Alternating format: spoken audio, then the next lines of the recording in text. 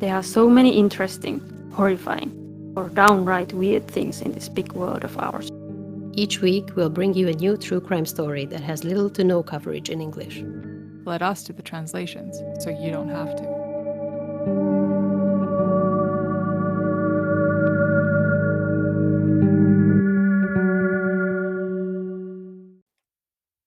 Who starts? Hello. Hi. No one starts and then we all start at the same time. Yeah, that's usually how it goes, right? We're back. Back again. Yes. Yeah. You should have So heard we're recording this after Christmas. Yes, the 29th of December, to be exact.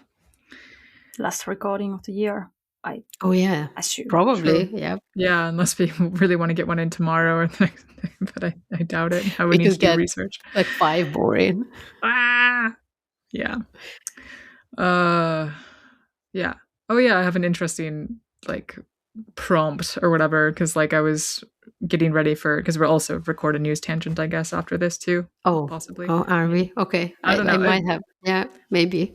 I might have something in mind for that, but I'm not super prepared. Okay, but we might record. Yeah. Well, anyway, so I was discussing some stuff because like there's this well, I don't want to ruin the surprise, but it's about murder and whatever. And like Ante was like, or my partner was like, hey, do you think this like affects your mental health? Like all this death and murder? And I'm like, no, only if it's about children, then maybe. But like, it's more of like a cautionary tale or something, something like that. Or it's kind of interesting, like the psyche and whatever. But yeah, how do you guys think? How do you guys feel? Does it affect your mental health to be reading these topics? Or listening to podcasts? I don't think it does, but I know that this is a topic that comes up often. Yeah. That is it like how healthy is it really to? Yeah, I think it's healthy. Consume true crime. I mean, I'm sure there's a limit where you can like overdo it. Yeah, sure. But I don't know. I don't feel like it affects me negatively. Like, is it so that I'm? Because I also don't feel more desensitized to. No, I don't tragedies either. Or murders, or I'm not like, oh yeah, and then another person died, who cares? Like I don't know. No.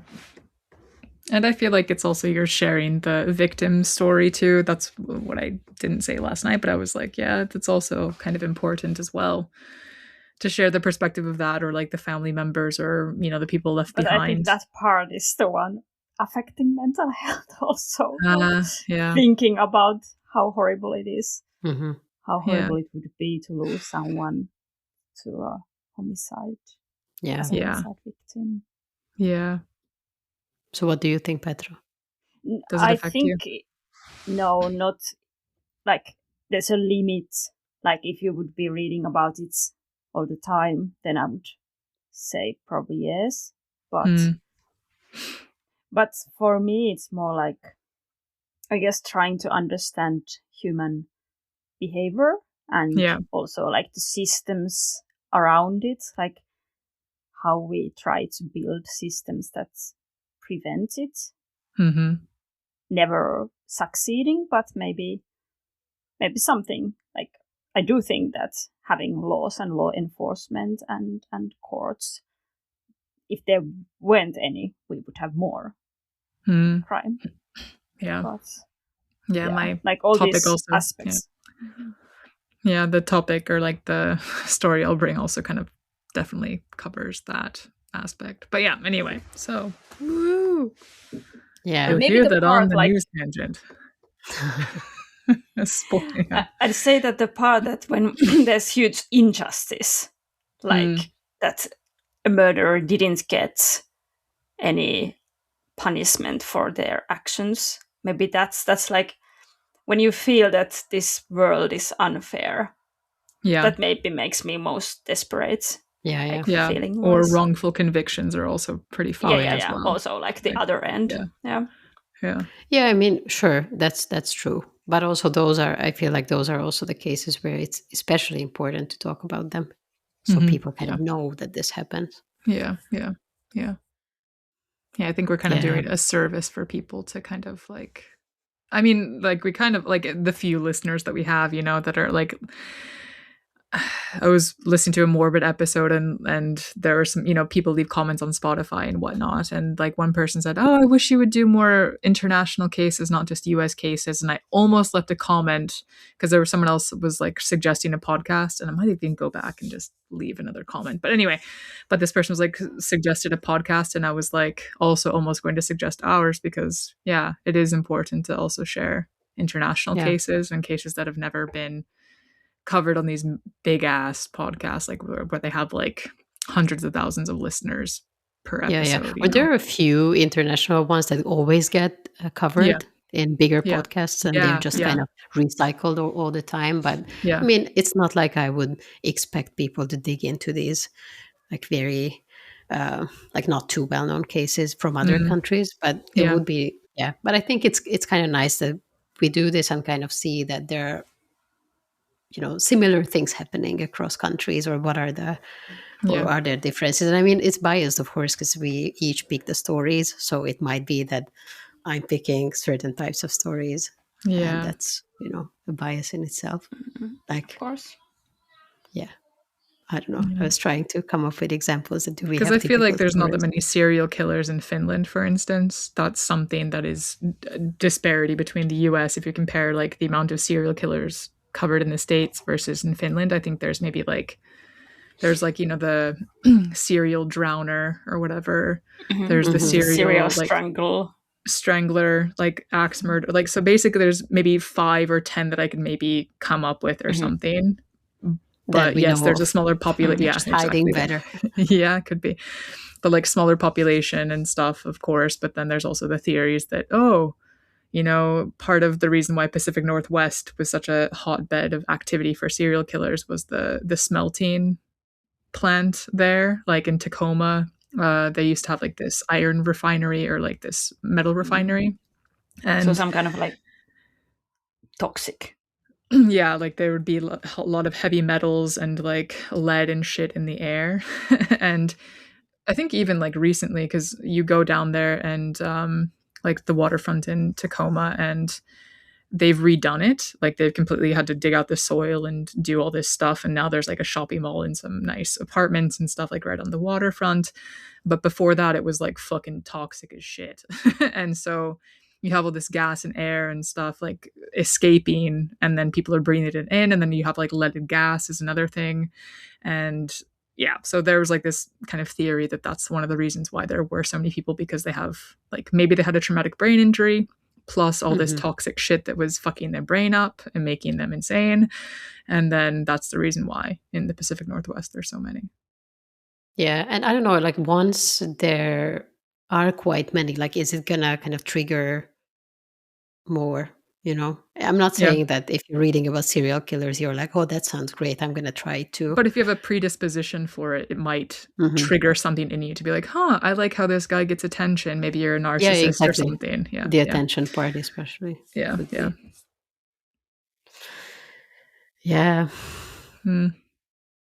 I don't have a serial killer case today. Okay. Even though that would have been a good segue. Yeah. Fitting continuation. But there is murder. Okay. I mean, I guess it could have become a serial killer case. Oh. But it didn't. Okay. That's good. Good they stopped them. Yeah, well, you can tell me later. Okay. If it's okay. Well, yeah.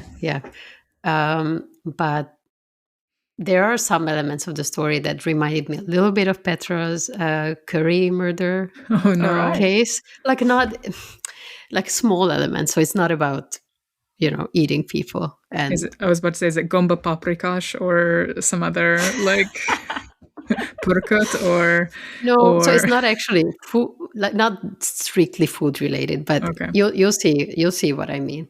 It's a case from the 50s in Hungary, 1958. And it's from around a region that I don't think I've ever talked about before, because I think I've covered a bunch of these like southern Hungarian cases from around the area that I'm from, and also like northern parts, like a northeast. Yeah. And this is from more like the western part of Hungary, and especially tied to hi Postivalnut. I see a tail there. So specifically from around Lake Balaton. Which is the wine region. Which is Yeah, although we do have several wine regions, but it's one of them for sure. I am drinking a non-alcoholic wine as my yummy drink here. Nice. I thought it was glöggi, but it does look like wine. Yeah, it is wine, but non-alcoholic. Not from Hungary. Sorry. Yeah. But were you wanting us to say something else about Balaton? Like it's a lake and... It's a lake. Yeah. So Balaton is a lake. It's the biggest lake in Hungary and actually also in like Central Europe in general. It's the biggest lake of Central Europe. I think, Laura, you know kind of how it looks like on the map, right? Yeah. I don't know if Petra knows, but it's kind of this like long lake. The length of it is 77 kilometers. That's and a long the I need to see the picture. The dream is to like bike around it and go to all the wineries around. That would be fucking cool. And that's a thing. Like people do this. Drunk cycling. Drunk biking.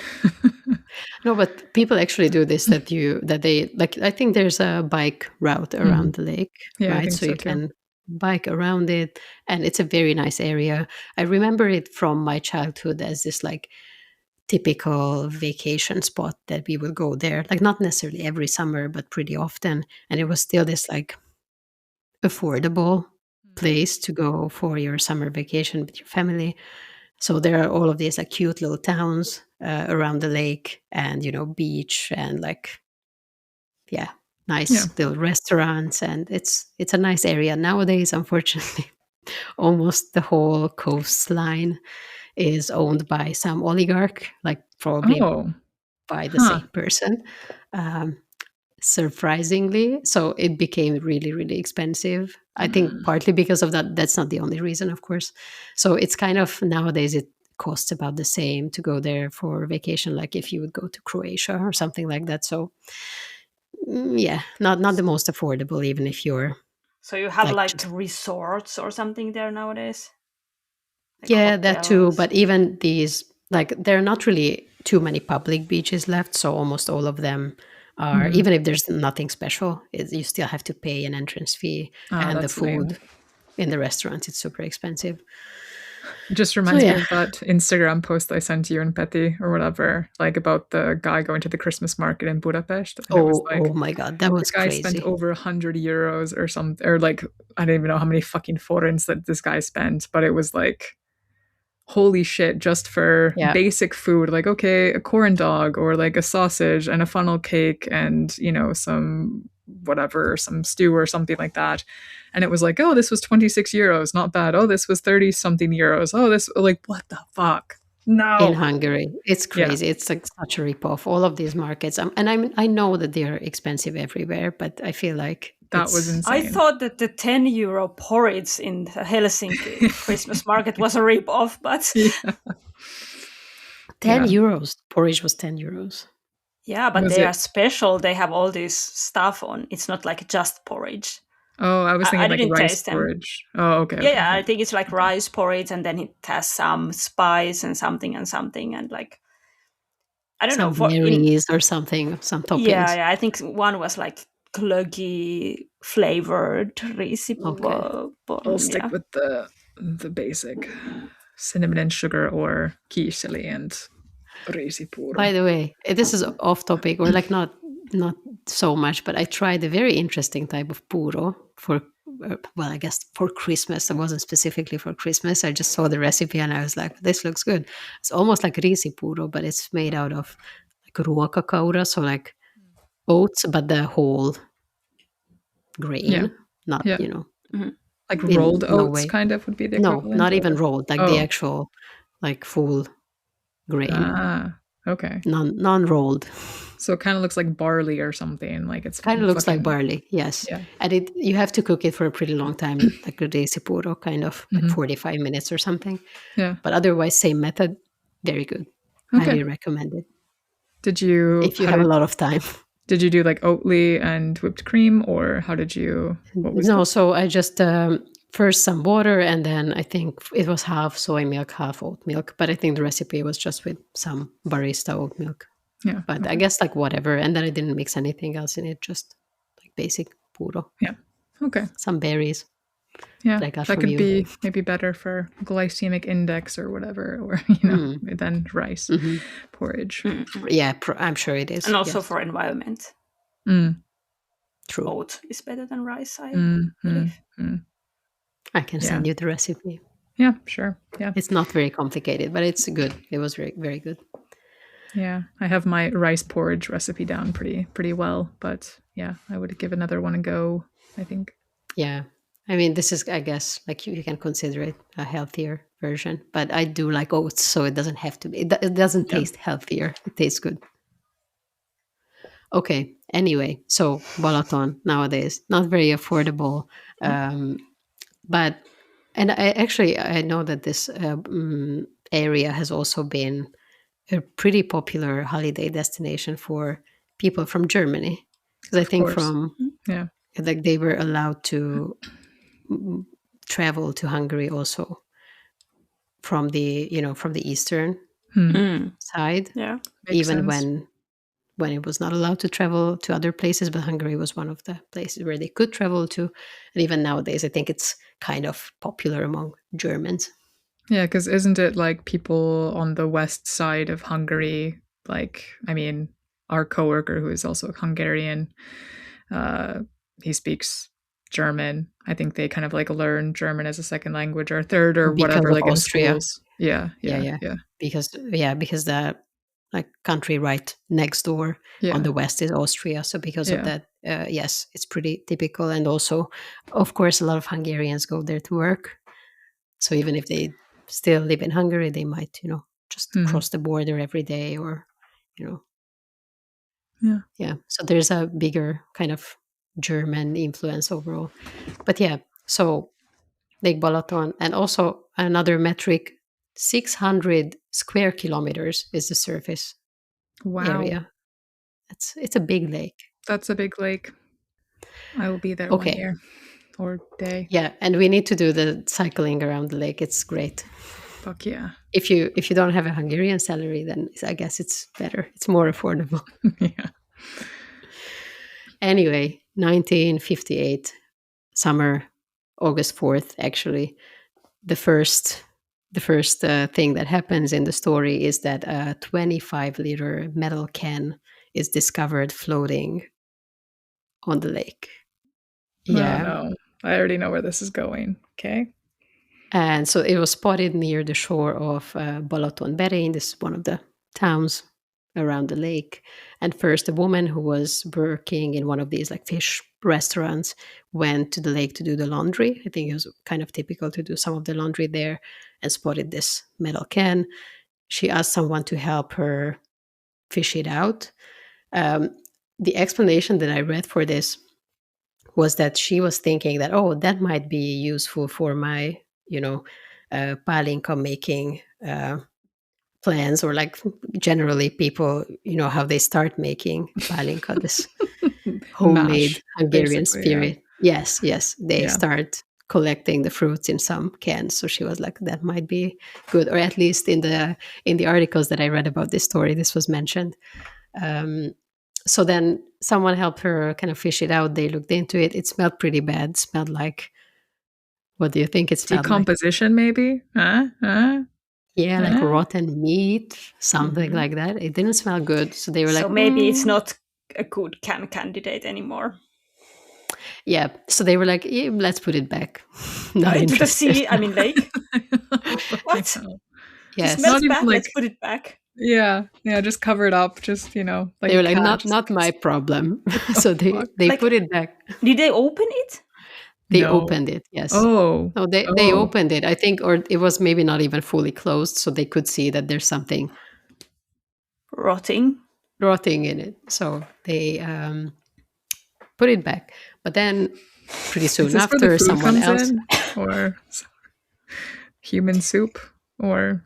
Okay. Yeah, and there's another part, but kind of, this was one of the parts that reminded me of Petra's story, even though this was not cooked into a curry. So then soon after, a local like volunteer police officer, I'm not sure what it actually is. what is the actual title, but someone who I had guess a some volunteer. sort of, Yeah. Sounds right to me. Yeah. Noticed it, and then he reported it, and so the authorities opened it up and unsurprisingly found multiple human body parts inside this can. I mean, 25 liters, it's Quite big. pretty big. Yeah. I still can't get over the fact that they just threw it back. Like, ooh, bad smell of oops. Yeah. Also, I wonder how we know this. Did they then testify later and said that, oh yeah, we also saw it, but just didn't I'm put sure it in anybody Maybe. tips or hints, I don't know, or did they fingerprint it and hey, this person has, I don't know, or probably 58. not. I doubt it. Yeah. But for some reason, I'm just picturing a blue barrel. I don't know why blue, but just picturing a little tiny blue 25. Okay, yeah.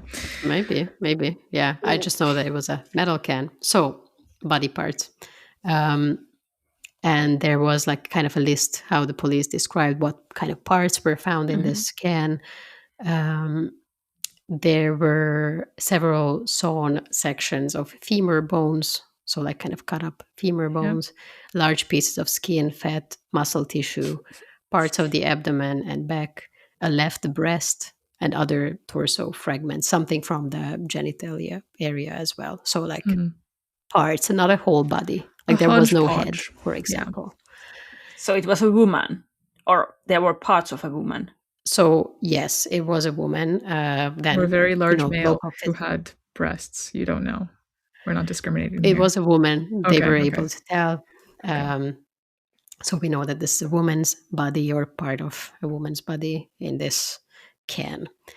3 days later, on August 7th, in a different location in Budapest, close to the then called Marx Square, now it's called Nyugati Square, there was this men's public toilet in front of a popular restaurant, or more canteen maybe, not a high-end restaurant, where someone found a severed hand in the toilet. In the toilet, wrapped in a plastic bag, a brown plastic bag. It was just left there in this toilet, and it was just one hand. So they were also able to tell that this is a woman's hand, and so basically from all of these body parts, they saw that the cuts were very clean. And they assumed that the hand must be from the same person as well. I'm not sure how they could tell, because obviously there's no DNA or anything back then. Maybe some of the characteristics look different or similar. Maybe the cuts were similar. Was the other hand in the original can? I didn't see it in the list, but could be. Maybe it was. Because then it's usually your right and left hand are very similar, but But woman's hand, and they assume that it belongs to the same person. But these two locations are almost 200 kilometers from each other. So what they were able to tell from these body parts is that it's a woman, somewhere between 20 to 40. Pretty wide range. Yeah. What if they just didn't wear sunblock, or they wore a lot of sunblock, or, back in the 50s, I guess. But I don't even know. Also, if you're decomposing, it's not like you can maybe judge what the status of the skin carries anymore. I mean, I guess these are just kind of cut up parts. I mean, I guess if it was the hand, because it's not floating in other interstitial material or fluid, then it would be a bit better preserved. It would be kind of more dried out, rotting versus. Do you want to see a picture? Sure. Yeah. But the other ones, I would think that there'd be some skin sloughing off, or the slippage or whatever, because it's liquidy, I'm assuming. But then with the hand, maybe not so much. Yeah. And anyway. Some of the bones were kind of cleaned off, so they didn't have any skin on. So anyway. Yeah. Okay. But the hand was, wait, let me try to. Well, there are a lot of pictures here, black and white, so you're not going to see too much, but a hand. Yeah. I don't know if we should post it anywhere. Probably not. By the way, now that I was showing you this book, this is one of the sources that I used. It's Peter Dulai's book. I sometimes use his articles because he's a pretty well-known crime journalist in Hungary, and he covers a lot of these, like not otherwise very well-known cases. So there were a lot of interesting pictures in his book, but even though the story itself is not very detailed there, but he has some more articles, and I found some other ones too. So those are the main sources. Okay, so 20 to 40, approximately 170 centimeters tall. I think that would be 5'7". I'm 177 and I'm 5'10". So yes, about 5'4", or 5'7". Yeah, 5'7". Yes. Yeah. With a stocky build. I'm just questioning all this because, like, if you have, like, okay, you have a femur. Do you have the whole femur? I wonder. Yes, because it was like, you said it was sawed in half. Into parts. Okay, yeah. Or something like that. Okay. But then someone could just have, I mean, they gave it like pretty, okay, it's 170, no leeway with that. But I'm just thinking, like, there's no leeway with that. There, I mean, of course you can kind of guesstimate people's height from that, but there has to be some type of like plus or minus 5 centimeters or 7 centimeters or something. Yeah. Right? Well, it says approximately. And some people could just have like a stocky build. Like some people, I've noticed that Finnish women, a lot of Finnish women, especially from like northern climes, like even like more up north, they have quite stocky legs, even though they're fit. Mm-hmm. Like they have the calves, like these thick calves, but they're just like muscular, you know? Have you noticed this? Or am I crazy? Maybe they walk a lot. Yeah, but like I think it has to do maybe with like the colder, I don't know, it's like a bit stocky, but they're like muscular. I don't know. Yeah. Well, so I have to say that in this case, in the Hungarian sources, they were just saying fat. Oh, okay. So I kind of described it a little bit more nicely, but they were just saying that just kind of fat. Oh, okay. But I don't know, like also probably kind of hard to say from those random body parts, but I guess they could tell. Yeah. That he wasn't a very skinny person, at least. Whatever they considered fat. Okay, yeah. Chubby fingers. Light brown hair, light skin. Mm-hmm. That's what. Because I think they found some hair. Well, the head was not there, but some hair was in the can.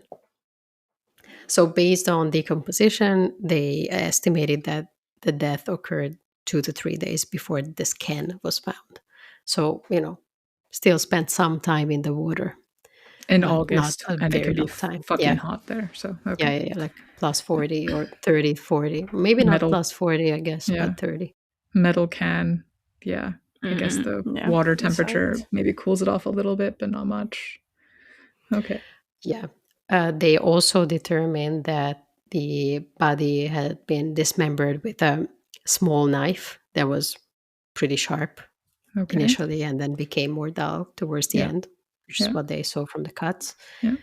And they say that the way the bones and these pieces were cut, it indicated a methodical professional work. So someone who has, They always say this. They always fucking say this. Like, Jack the Ripper was a medical doctor or a butcher because the cuts were so precise. What about a hunter or someone who's just familiar with, like, human anatomy? Like, who's just interested in it? Just practiced a lot, yeah. I feel like I could cut up a human body pretty well, you know? Like... Now we know. Like, I don't know.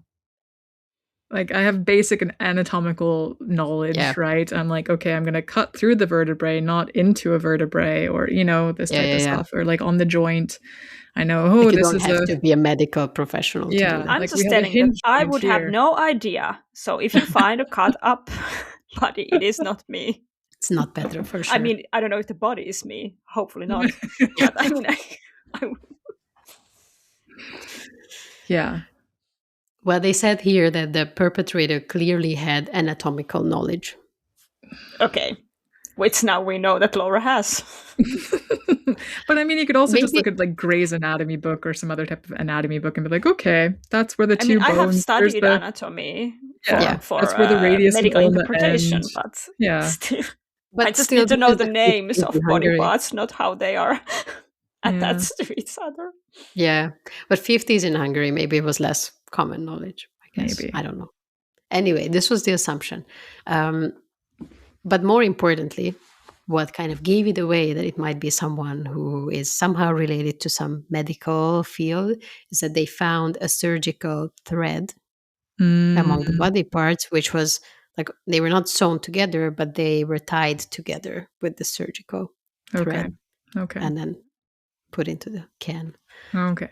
Kind of tied together so they don't float around, I guess. I don't know how they would float around in that can, but anyway. Yeah, I have questions. They found this thread. But yeah, like what are the questions? I'm just thinking like this, the question of this, I'm assuming it's a guy who did this because 99% of the time it is, but this or is it? Oh God. Am I like I just don't want to give anything away. I mean, I have had a lot of women murderers. But this doesn't seem like, I feel like there was one case that they discussed with buried bones, like this podcast I listened to, that was indeed the killer was a female. They dismembered the body, put it into a trunk, whatever. But that's quite rare for a female to dismember. It's pretty hard work. It's fucking hard work, I'm sure. Not that I know, I'm sorry, but like I assume it's hard work. And then like plus the body parts are heavy or can be heavy, and then like it takes a lot of time and it's messy, and then you have to clean up afterwards, which is also going to take many hours and blah blah blah. Anyway, yeah. Sure. And how do you clean up well enough? I mean, okay, 50s, like they didn't really have a lot of, very advanced forensics. Yeah. I mean, the best way to do it is never do it on a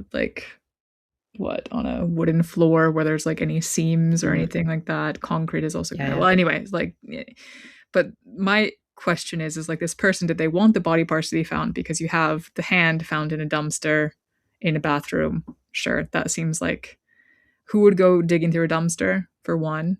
Sure. But then the fucker should have known to at least. It wasn't in a dumpster. It was in a public toilet. Oh, but like just left there out in the open. Just left there in the. Yeah, I don't know. Exactly, I mean, I guess if it's a plastic bag, maybe it's kind of transparent. You can kind of see like, okay, something's brown, weird in there. I guess, yeah.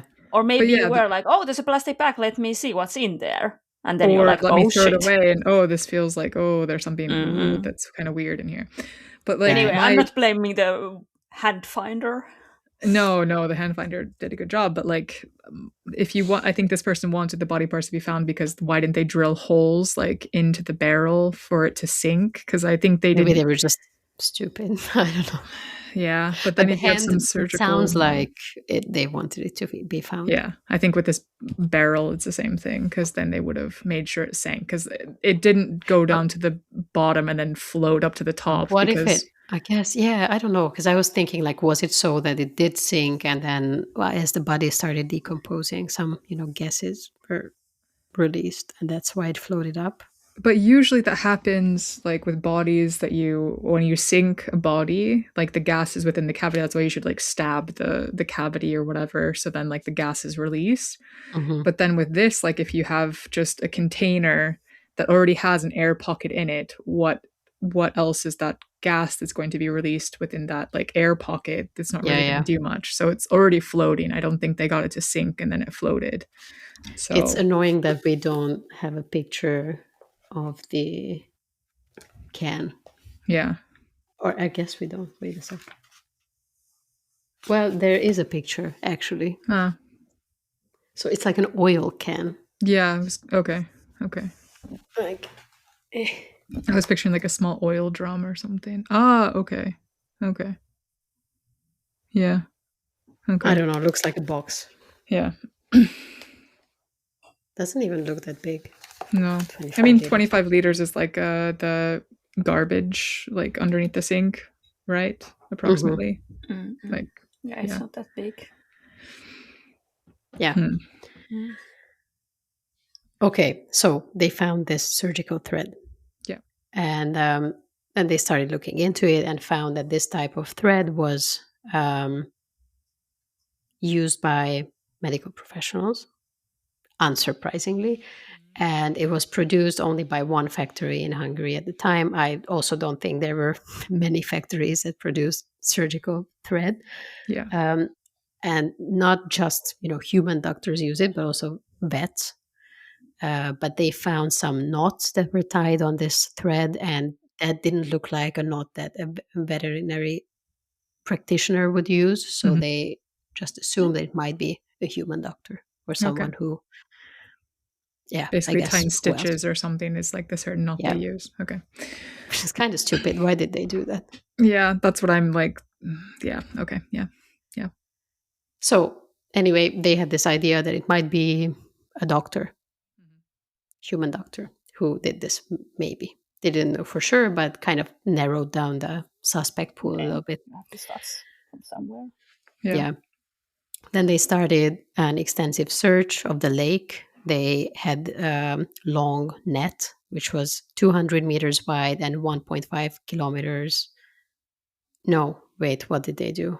They dragged a 200-meter wide net across a 1.5 kilometer stretch of water 5 separate times. So the net itself was 200 meters wide to try and fish out any more body parts. The Hungarian army also searched the surrounding reed beds by boat. So they tried to see if there's any other parts, but they didn't find any more remains. So now we assume that the head is somewhere. Somewhere. We don't know where it is. We don't know it yet. At the same time, the authorities started checking all of these holiday resorts, campsites, things Missing around the people. lake. What? Yeah. Yeah. And they also broadcasted it in the radio that these remains were found, so the public knows about it. This might be the time when the original people came forward. lady were like, actually, we picked it once and then we threw it back. Probably, yes. It was also in the newspaper. So they wanted people to come forward if maybe they have seen something. They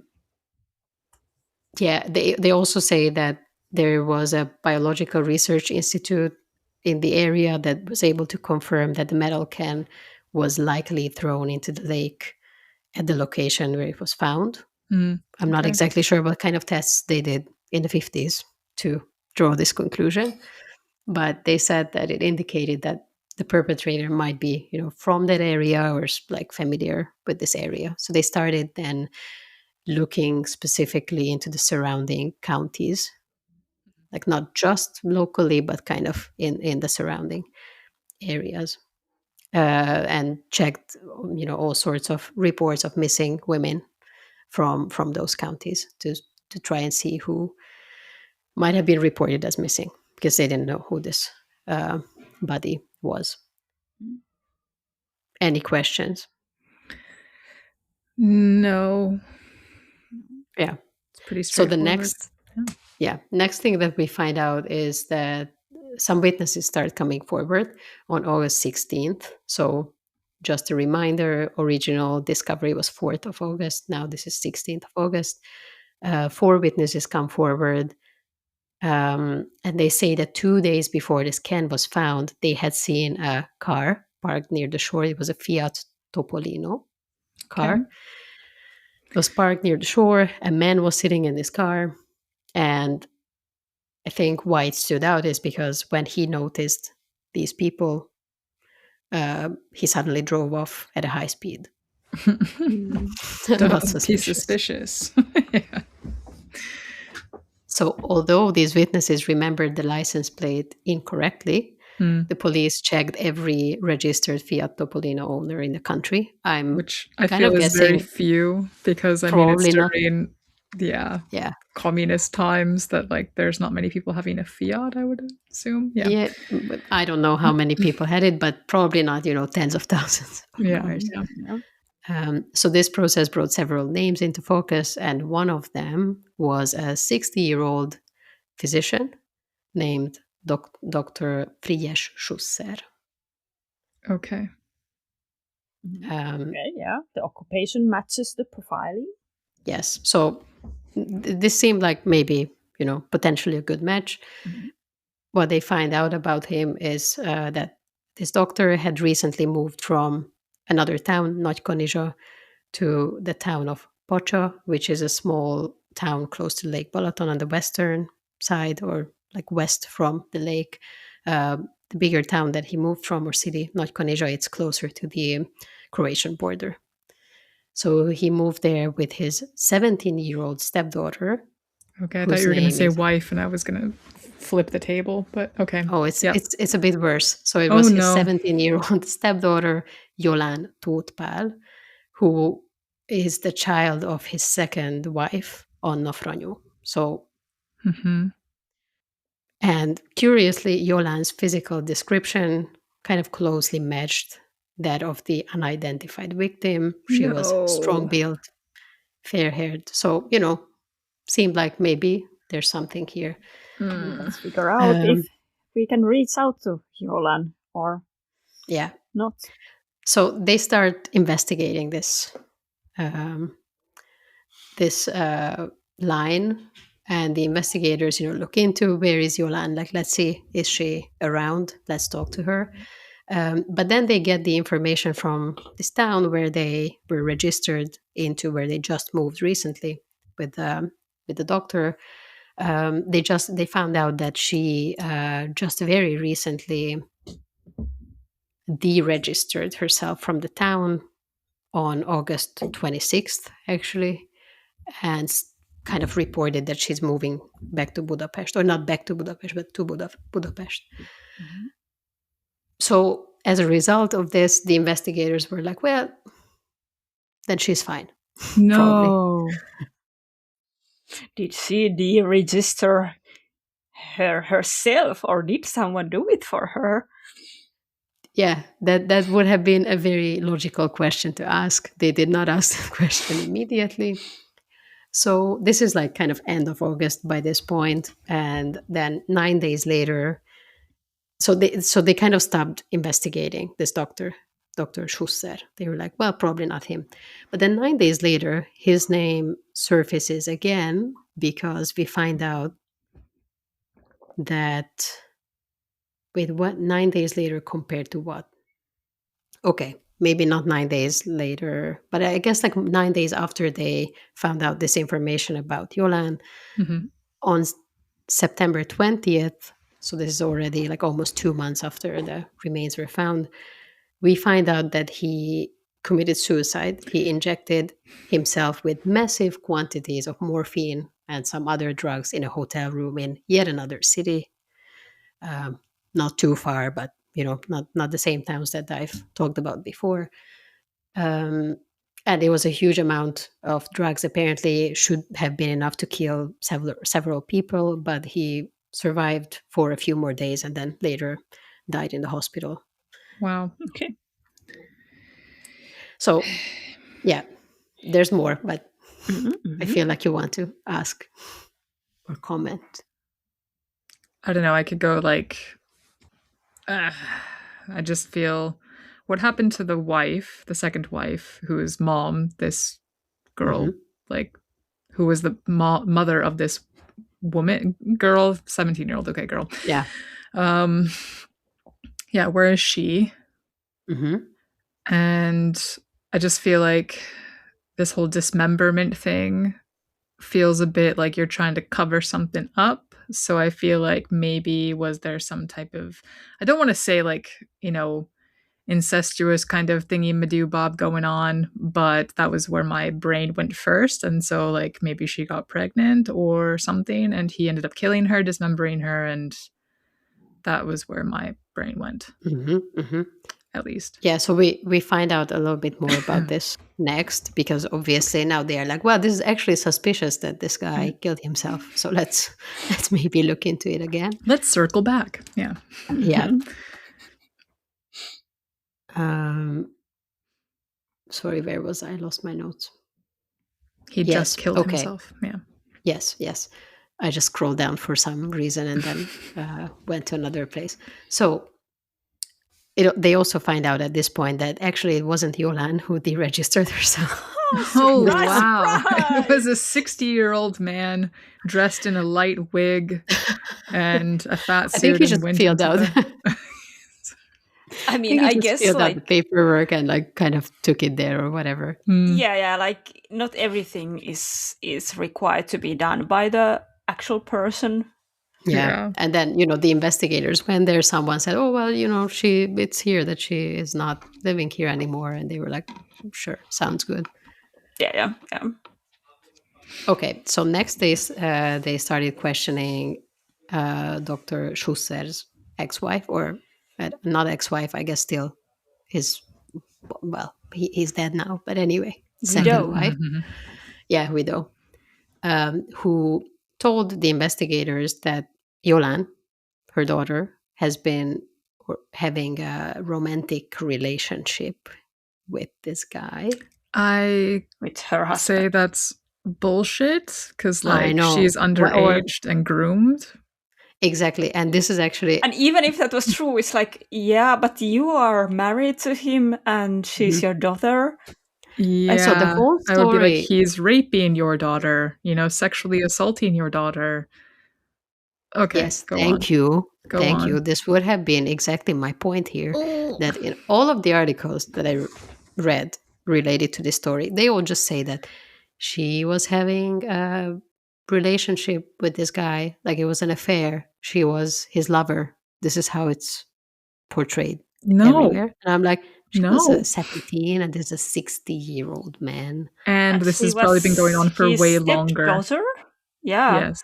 And this is like, just didn't start when it was 17. She was probably fucking whatever, 13 or who even, God knows how young. But this does not come up in any of the sources that, this might have been a little bit problematic. The only thing that does come up is that now the wife says that she herself decided to move out because of this quote unquote affair, and plans to file for divorce. And because of this guy, Susszer, he freaked out because he was terrified that this is going to be a scandal, especially in the 50s. At least he understood that there is something scandalous in this. So they say that, it would have been very, very bad news or bad media for him. And especially being a doctor, so he freaked out. He didn't want to get a divorce or didn't want people to find out about this. Which already kind of gives some motivation. But apparently what he tried to do first, when the wife was still living with him, but I think she was already saying that, I will get divorced because you're having this affair. It's insane that this portrait. Like, you prefer my daughter more than me, so goodbye. Yeah. And she probably blamed her daughter for being a fucking harlot or, like a seductress or something too. That's the type of mentality that this woman is. Probably also 50s. Fucking bullshit. This is the 50s. I know. I feel like I need to pour one out. I need to pour one out for Jolán because she was done dirty. Yeah. She was done dirty, for sure. Oh, very much. Yeah. But so at first, Dr. Susszer thought that maybe... So he didn't... the first idea was not to kill the stepdaughter, but he first tried to poison his wife. He started giving her injections of probably morphine or other drugs kind of continuously in... But why? How? Well, she was asleep? You don't just randomly inject people. I know. We don't know exactly. He was a doctor. Maybe, she was taking something this is good. else Vitamins and then for you. something. Maybe. Yeah. But she was not feeling too well. But apparently when her own mother visited and noticed that she looks like crap, she was like, oh, you should go to the hospital. So she was kind of taken out of the situation. And then she moved out with that as well. So then he was like, okay, then I have no other choice than to go ahead and kill my stepdaughter. Maybe this guy, he could have started with himself. Yeah. I mean, in this situation, he ended up doing it anyway. So it's what? Why? I know. So he started administering morphine and other drugs. I don't know what exactly to Jolán as well. And she ended up dying we think on the 29th of July from this like poisoning. And after her death, he obviously dismembered her body, apparently in the kitchen of their home, where they moved together in this smaller town close to the Lake Balaton in Pocha. So they moved together. You mean like just the two of them? Just the two of them apparently moved to this house because they were in a relationship, right? This was a love affair. But like, I don't know. Okay, I'm not going to go too deep into blaming the original police officers, but like, I don't know how it shows in the registry that, okay, why are they only registered here and the mother is not? And I don't know. No idea. Maybe no one cared. Yeah. Or maybe it wasn't just like clearly visible. Like maybe they just went there like, hey, does she live here? No. She moved away. Okay. Yeah. Yeah, so he then, cleaned up the kitchen pretty thoroughly. And then on August 2nd, he loaded the carefully wrapped body parts onto his car and then disposed them in the lake. Well, not all of the parts, as we know, but some of the parts. Then we find out that he decided to hide Jolán's head separately in a wooden crate in yet another village, in a forest close to the village of Bok, which I had to Google. It's in the same area, basically, but just a different place.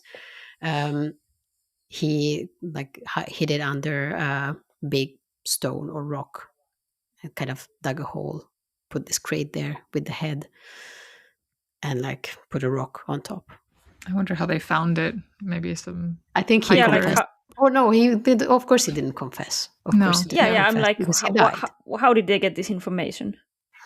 That's a good point. I'm like, did the dog, the walker, find it? Somehow they found it, but I was like, he write a letter or something. Yeah, he did write a letter, but not about this.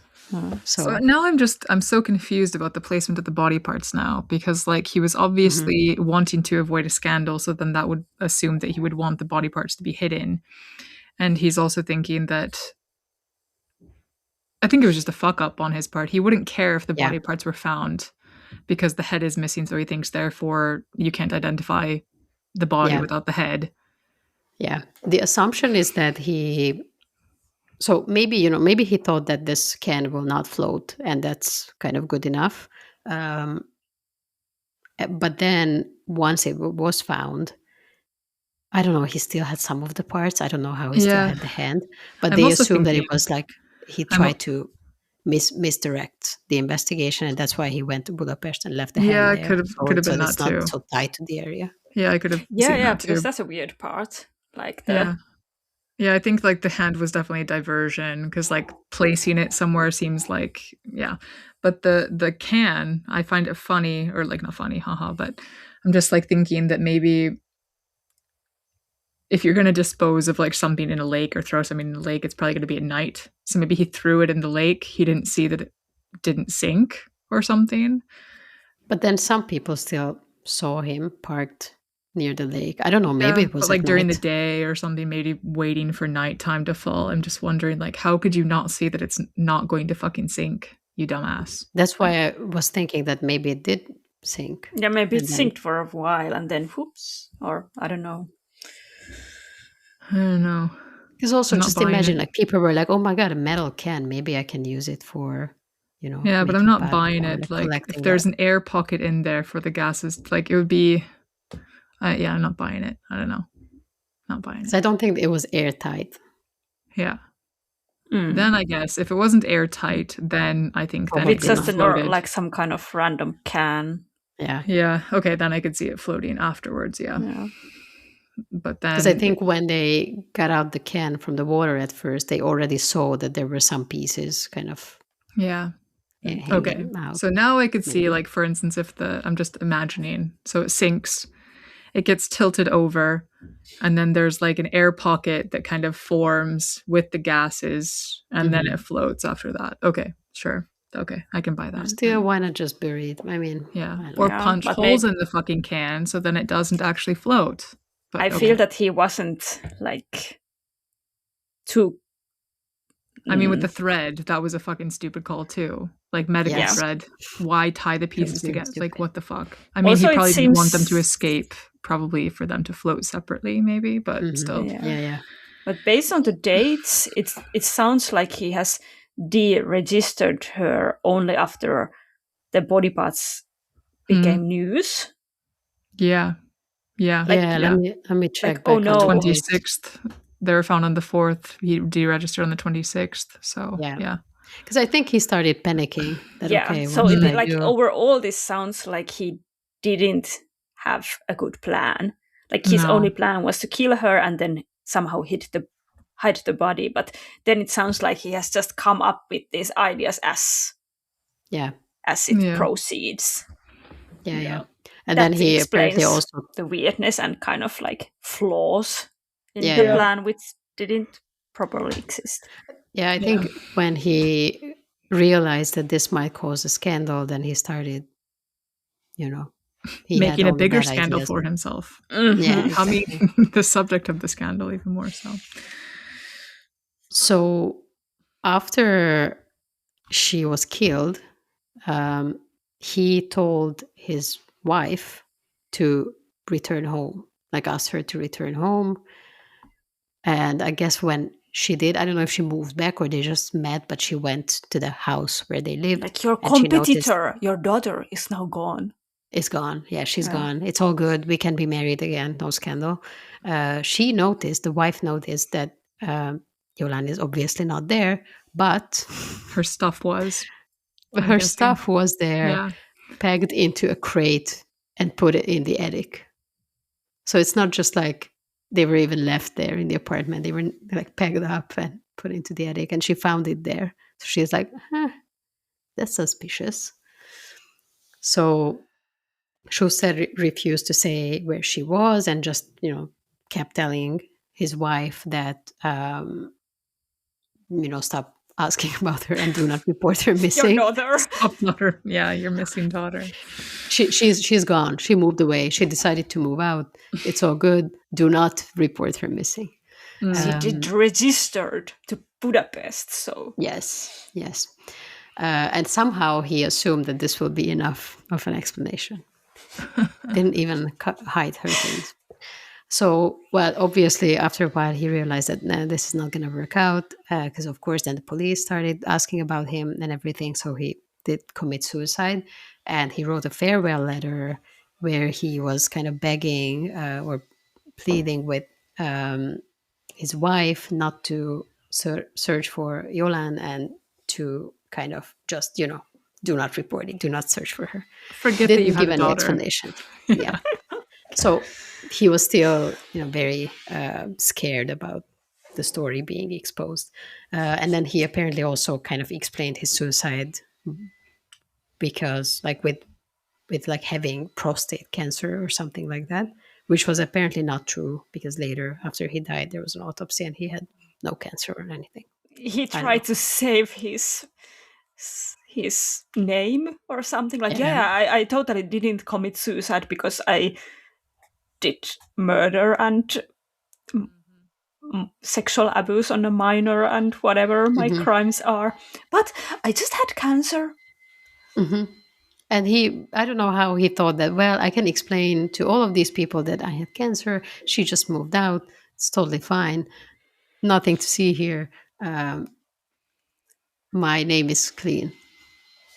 So, yeah. Piece of shit. Piece of shit. Then, basically, this is the story. So we find out that it was indeed her.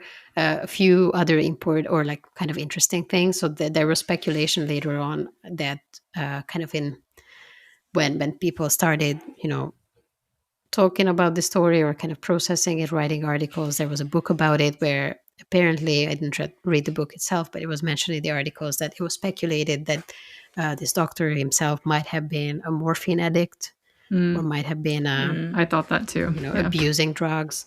But of course, this is a kind of speculation, and it may be that it was easier to say that, it must have been a drug addict who does crimes, like kind of saying that people who do drugs, only those bad people do crimes, not like a nice, upstanding respectable citizen kind of person. Yeah. But maybe he was a morphine user and like earlier when you said, oh, he was dosing people with morphine, I was like, that just seems so weird that he would have, even if as a doctor you just have a bunch of morphine on hand. And I was kind of thinking, dosing, he's probably used to dosages in himself, and I was thinking, okay, he could be addicted to, like, it did pop into my head earlier when and you that said would explain why he didn't die immediately, like if he had that's tolerance. why also tolerance for it. I also thought that too.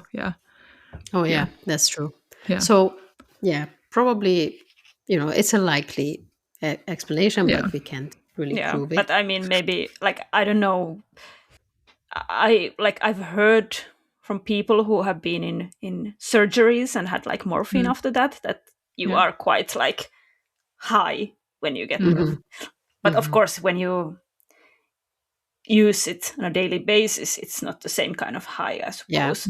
But I guess it can still affect, like especially if he had been using it for a long time, it can probably affect your like logical thinking and all this, which would maybe explain that, okay, originally he's a doctor, so he can't be like stupid in the sense that he like probably he has some, he can learn stuff, has some mathematical skills and so on, but then maybe his brain has kind of rot because of the I'm also thinking that could have made him a bit more paranoid too. Like the opioids could have made him a bit more paranoid, and that's why he was like, oh no, this is the end of the world or whatever.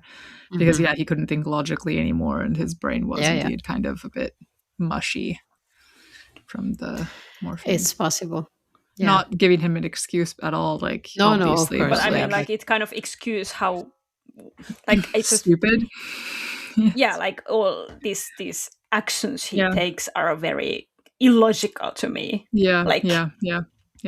He put in the effort of dismembering this body, hiding the parts in different locations, and then does everything else wrong.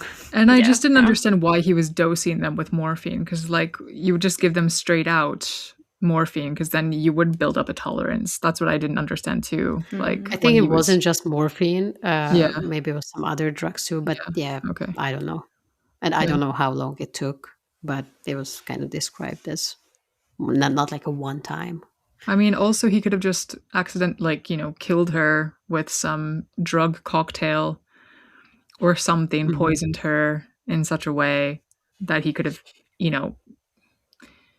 hidden it, from an autopsy or something, like in maybe some areas that you're not going to be looking so closely at an autopsy, injection site or something. But that's the thing, like there's probably 100 different ways that he could have done this in a more like smart way. But that's why, like, of course, maybe he was just a bit stupid. And frantic, But there could be many explanations why it's so weird behavior.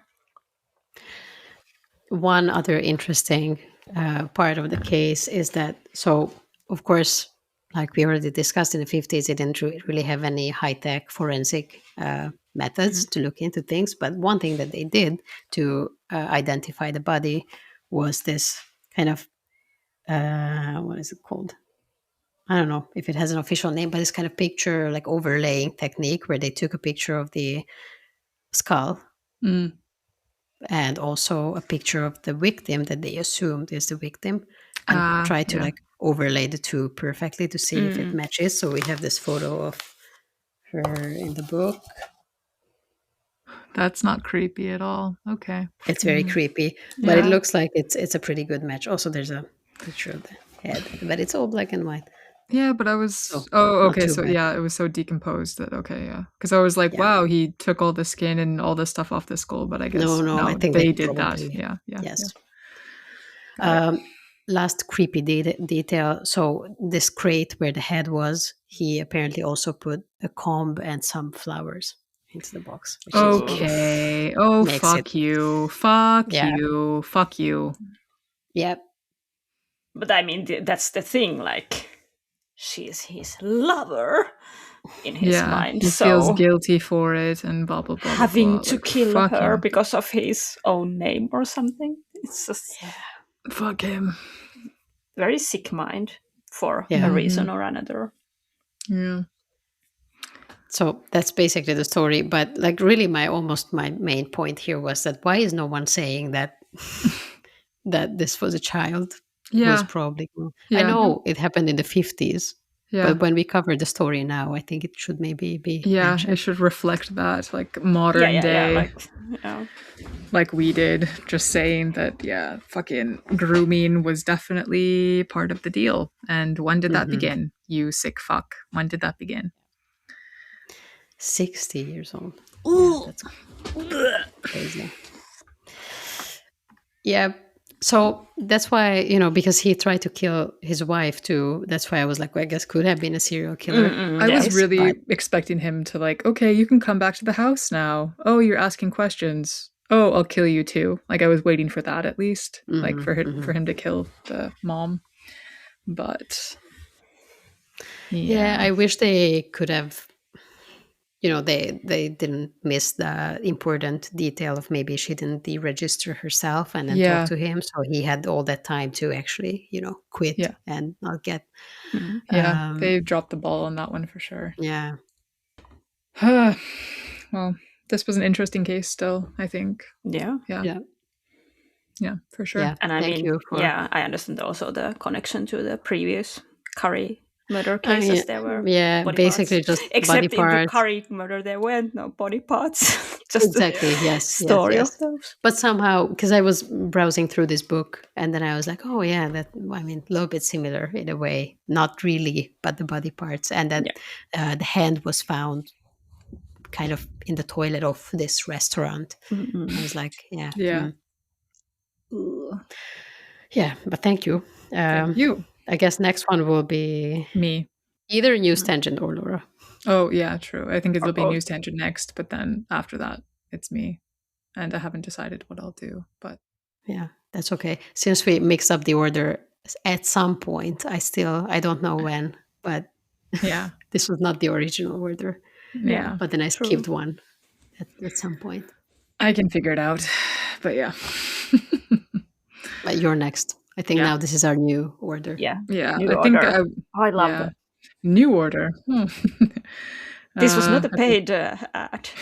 By New Order. We're not. But Euro East still. Yes, Euro East. Contact us. I had them in my Christmas table. So Euro East pickles. I had them in my Christmas table with Rosoli. I have them in my fridge. Oh yeah. Me too. Yes, I always have them in my fridge. Maybe I will have one after I have any now. I'm also going to have some. I have some sauerkraut from Hungary, so I don't think I have any Euro East products now, but I'm open to receiving samples to taste. Pickles. Yummy pickles. Did we mention that they are the Euro East pickles? My mouth is watering, actually. Like, just fucking hell, pickles. Okay. Yeah, I think I'll do a Finnish case maybe next time. That's my only hint. But thanks for listening this week. You can follow us on Instagram at Translation Murder Podcast. You can send us an email at translationmurderpodcast@gmail.com. You can not send us what? But yeah, no dick pics. And I think that's about it. Yeah, like, subscribe, follow us on YouTube even if you want to. Yeah, true. And on Spotify or wherever you're getting your podcast. So yeah, thanks again. Hei paralla. Bye. Bye-bye.